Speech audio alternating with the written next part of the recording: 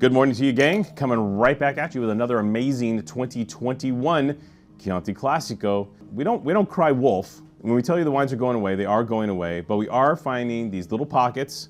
I might have one more up my sleeve 2 or 3 weeks from now, but other than that, we're starting to see 22s. And Tris and I, we were in Wine Paris. We actually sat down for an hour and tasted 30 or 40 incoming 2022s. And there are some pretty interesting wines in that group, another hot year. So how you manage the heat is everything with those wines. But on the other side of the coin, it's not 21. There's gonna be some fun, there's gonna be some good gear, but it's not 21. So one of the late release 21s we have in front of us today, this is amazing gear from San Felice. San Felice, I love this property. I love this property. I've stayed there, I've eaten there, had great experiences there. They are a wonderful, wonderful winery with huge history. Now, history in Chianti Classico, there's a lot of history there. These guys, the Borgo, the first mention is, I believe, in 714. That's 3 digits. That's not, you're in the like the Dark Ages or something. It's like crazy.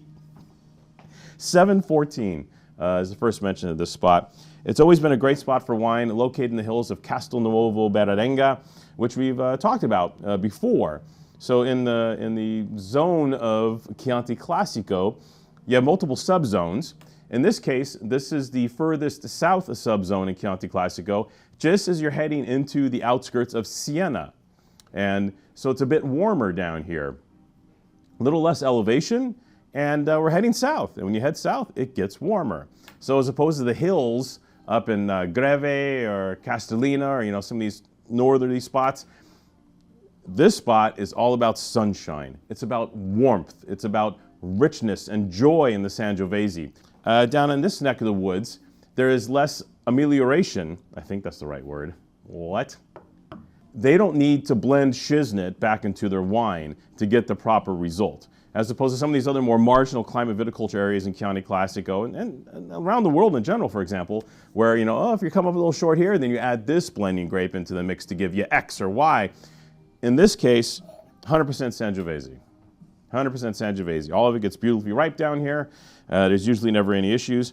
In fact, sometimes the other way around. In the super hot years, these wines can become a bit ostentatious, right?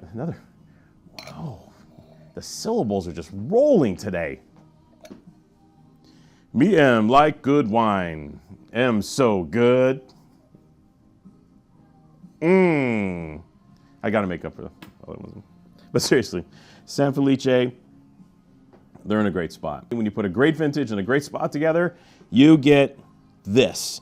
You get Il Grigio, which is their Riserva wine. As I mentioned, 100% Sangiovese, all done in larger barrels. Actually, no, I take that back. 80% in larger Slavonian oak casks, big ones, and then 20% of it is aged in neutral, older, 225-liter, 60-gallon French oak barrique. All right, so that's always kind of been they used to use more barrique actually in the past. I think they've settled down. There's more Slavonian here, as is the case with a lot of these wineries that are going away from barrique and more towards the original, larger Slavonian cask. And here you get the vintage and the area. Some of the Chianti Classico wines, you really feel the vintage, the elegance, and this one, you feel the area too. Look at the color, beautiful color. The fruit here frames more towards black cherry, right? So instead of like red cherry or like what we call that, I call it that Disneyland cherry sours, those little cherry sour balls. That fruit component kind of runs that way in the north and central areas of Chianti Classico. And here, we're into black cherry. This Sangiovese gets ripe.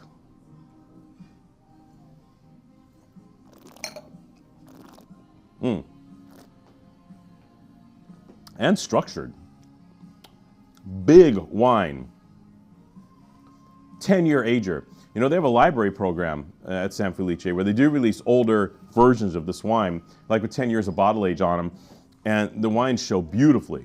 This is a Chianti Classico you could easily sell her for 7 to 10 plus years, especially in a vintage like this. This wine could probably go 20 years. I mean, I don't want to say that too loud because then, like, you'll buy this one, but then you'll never buy Il Grigio from me again because you won't need to because you have some, right? So, wait. shooting myself in the foot with this piece. Ruined everything.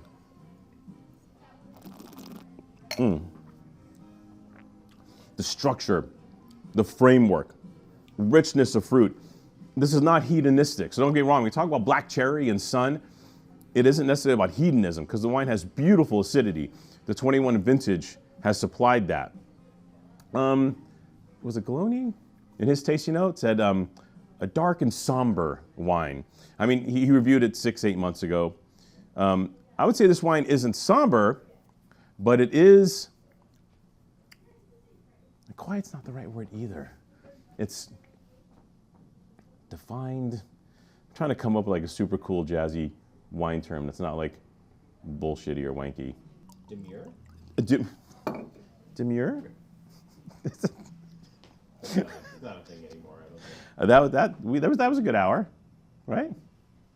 She made a little scratch, right? You know, Tristan's going to give me shit for this, but you know the word he uses all the time, which he stole from Anne Trimbach, a dear friend of ours and one of the greatest wine people on the planet, disciplined. This could, in fact, be a more disciplined version of a sunny, hedonistic Chianti Classico. So there's balance and structure and verticality, but you have the sun as well, which is just kind of saying it's a complete wine. It's all there. Dude, 25 bucks. Double 93s. This was Spectator's number 24 wine in their top 100 wines of the year. Number 24 and 24. So top 25 wine of the year, 93 points from Galoni, one of the highest scoring Chiantis from this illustrious vintage from Antonio, under $30. And for you, it's under 25. $24.98. Snap up these Chiantis, people. You are going, no, that's too hard to sell.